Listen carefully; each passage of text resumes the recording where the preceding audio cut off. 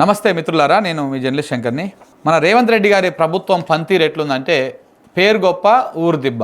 పేరేమో చాలా పెద్దగా ఉంటుంది, గొప్ప ఉంటుంది, ప్రచారము, ఆర్భాటము, అంగులు, దానికి మళ్ళా సోషల్ మీడియాలో పెట్టి అన్న తోపు జేజేలు కొట్టుడు ఇట్లాంటివన్నీ కూడా బాగా భారీ స్థాయిలో ఉంటాయి.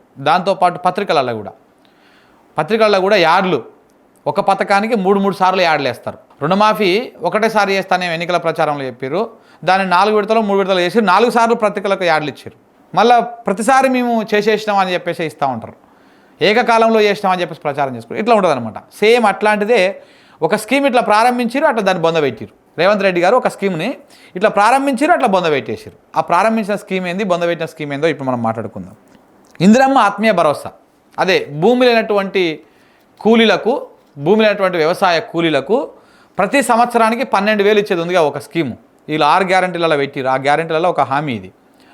ఈ ఇందిరమ్మ ఆత్మీయ భరోసా అనేటువంటి స్కీమ్ని జనవరి 26వ తారీఖు నాడు అట్టహాసంగా 2024-25 జనవరి 26వ తారీఖు నాడు అట్టహాసంగా గ్రాండ్గా ప్రారంభించారు. ఆ రోజు ఏమేమి ప్రారంభించారు? ఇదొకటి, ఇంకొకటి రైతు భరోసా ఒకటి. రైతు భరోసా ప్రతి ఎకరానికి 7,500 అయితే ఇచ్చేది ఒక విడతకి, 6,000 రూపాయలు దానికి, ఇంకా ఇందిరమ్మ ఇండ్లకి, రేషన్ కార్డులకి, ఈ 4 స్కీములని ఒకటేసారి ప్రారంభిస్తున్నాం అని చెప్పేసి. అది కూడా మొత్తం కాదులే, అది కూడా ఎట్లా అంటే ఒక్కొక్క జిల్లాలో, మొత్తం ఎన్ని జిల్లాలు ఉన్నాయి తెలంగాణలో, ఉన్న జిల్లాలలో ఒక్కొక్క జిల్లాలో ఒక్కొక్క మండలంలో ఒక్కొక్క గ్రామం, అంటే ఒక జిల్లాకి ఓ మండలము, ప్రతి మండలంలో ఒక్కొక్క గ్రామానికి మొత్తం ఎన్ని గ్రామాలు ఉంటాయి, అట్లా అన్ని గ్రామాలకు ఒకసారి చేశారనమాట. మొత్తము ఈ వ్యవహారంలో అప్పుడు జనవరి 26వ తారీఖు నాడు ఈ ఇందిరమ్మ ఆత్మీయ భరోసా అనేటువంటి స్కీమ్ను ప్రారంభించారు. అంటే భూమి లేనటువంటి పేదలకు, ఇప్పుడు 100 రోజుల కూలీలు పోతారు, కరువు పనికి పోతారు చూసినామా, ఆ కరువు పని పోతోళ్లకు సంవత్సరానికి 12,000 ఇవ్వాలి. అది 2 విడతల కింద ఒక్కొక్కసారి 6,000 ఇవ్వాలి, 2 సార్లు ఇవ్వాలన్నటువంటి స్కీమ్ అది. ఆ స్కీమ్ను ఆ రోజు గ్రాండ్గా ప్రారంభించారు. మంత్రులు, ఎమ్మెల్యేలు జిల్లాలల్లో, ఊర్లల్లో పోయి ప్రారంభం చేసిరు. ప్రతి మండలంలో ఒక ఊరు పైలట్ గ్రామంగా తీసుకొని ఇక అందరికి వచ్చేస్తే అనుకున్నారు. వీళ్ళు కూడా అట్నే ప్రచారం చేశారు కాంగ్రెస్ వాళ్ళు. అయిపోయింది. జనవరి 26 పోయింది, ఫిబ్రవరి 26 పోయింది, మార్చి 26 పోయింది, ఏప్రిల్ 26 పోయింది, మే 26 పోయింది, ఇది జూన్ వచ్చింది. అంటే ఎన్ని నెలలు అయినాయి? దాదాపు 5 నెలలు అయిపోయినాయి. ఇప్పటిదాకా ఆ రోజు మరి ఓన్లీ పైలట్ గ్రామ పంచాయతీలకు మాత్రమే, గ్రామాలకు మాత్రమే ఇచ్చిరు. మరి 6 నెలలు, 5 నెలలు, 6 నెలలు కావస్తుంది. మరి మిగతా గ్రామాలకు ఇవ్వాలిగా రాష్ట్ర వ్యాప్తంగా ఈ ఇందిరమ్మ ఆత్మీయ భరోసా అనేటువంటి స్కీము. ఇంకా అంతే, ఆ రోజు ఏవైతే గ్రామాలకు ఎంపిక చేసిరో ఆ గ్రామాలకు మాత్రమే వచ్చినాయి. ఇప్పటిదాకా దాని మీద అలుకు లేదు, పొలుకు లేదు, సడి లేదు, సప్పడలేదు అనమాట. ఇంకా మొత్తం ఆగం అయిపోయింది. ఎమ్మెల్సీ కోడ్ ఆ 26 తారీఖు నాడు, జనవరి 26 తారీఖు నాడు ప్రారంభించారు. ఎమ్మెల్సీ కోడ్ వచ్చిందని చెప్పేసి అంటే దాన్ని వాయిదా పెట్టారు. దీనికోసం, ఈ స్కీమ్ కోసం దగ్గర 600 కోట్లు బడ్జెట్లో కేటాయించారు. ఆ స్కీమ్ ప్రారంభించగానే బడ్జెట్ పెట్టారు. 600 కోట్లు బడ్జెట్లో కేటాయించారు. కానీ ఇప్పటిదాకా ఎంతమందికి చేసిరు తెలుసా? ఎన్ని కోట్లు పంపకాలు చేసిరు తెలుసా? కేవలం 50 కోట్లు. 50 కోట్ల 33 లక్షలు మాత్రమే ఈ ఆత్మీయ భరోసా కింద, ఇందిరమ్మ ఆత్మీయ భరోసా కింద ఎంతమందికి ఇచ్చిరు? 83,887 మందికి మాత్రమే ఈ స్కీమ్ కింద 6,000 ఒక్కొక్కరికి ఇచ్చిరు. ఎంత? 88,000 మందికి. ఇంకా ఎంతమందికి ఇవ్వాల్సి ఉన్నది మొత్తం తెలంగాణలో? ఫస్ట్ ఒక లెక్కలు తీసి మొత్తం తెలంగాణలో ఉపాధి హామీ కూలీలు, అంటే ఈ కరువు పని కోతారు కదా, ఈ కరువు పని కోతలలో మొత్తం తెలంగాణ వ్యాప్తంగా ఉన్నటువంటి కూలీల సంఖ్య, ఉపాధి హామీ కూలీల సంఖ్య 93,61,614 మంది ఈ ఉపాధి కూలీకి పోతూ ఉంటారు. 100 రోజుల పని, కరువు పని ఉంటుంది కదా, దానికి పోతారు.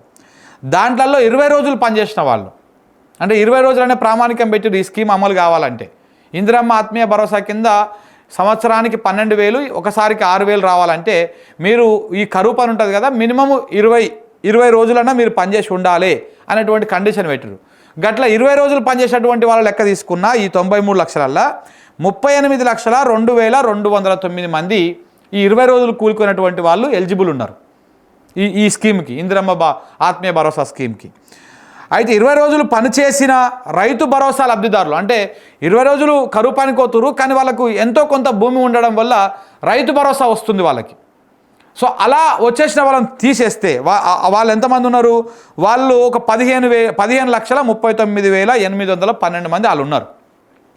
వాళ్ళని తీసేస్తే ఇందిరమ్మ ఆత్మీయ భరోసా పథకానికి అర్హులుగా ఉన్నటువంటి వాళ్ళు ఇంకా చాలా, వీళ్ళు తీసేస్తే దగ్గర దగ్గర ఇంకొక ఒక 15 ఒక 8 అంటే 23 లక్షల మంది ఇంకా ఎలిజిబుల్ ఉంటారు.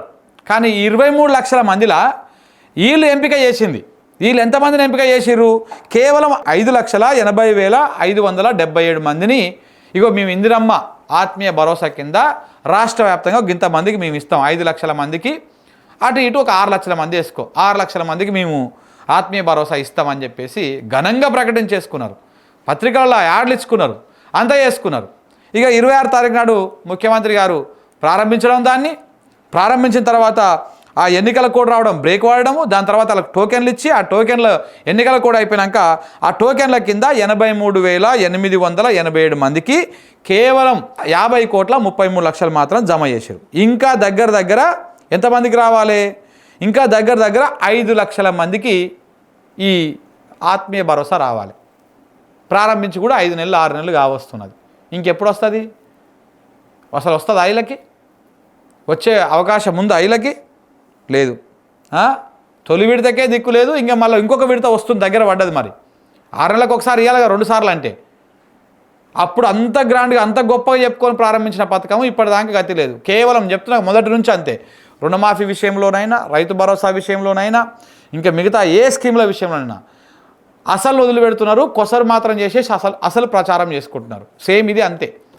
ఇందిరమ్మ ఆత్మీయ భరోసా అనేటువంటి స్కీమ్ కూడా కొసరు మాత్రమే. మండలానికి ఒక గ్రామానికి మమ అనిపించారు. ఆ గ్రామంలో అందరికి రాదు, మళ్ళీ ఆ గ్రామంలో ఓ 10 మందికో 15 మందికో కొసరులో కొసరు అన్నమాట ఇది.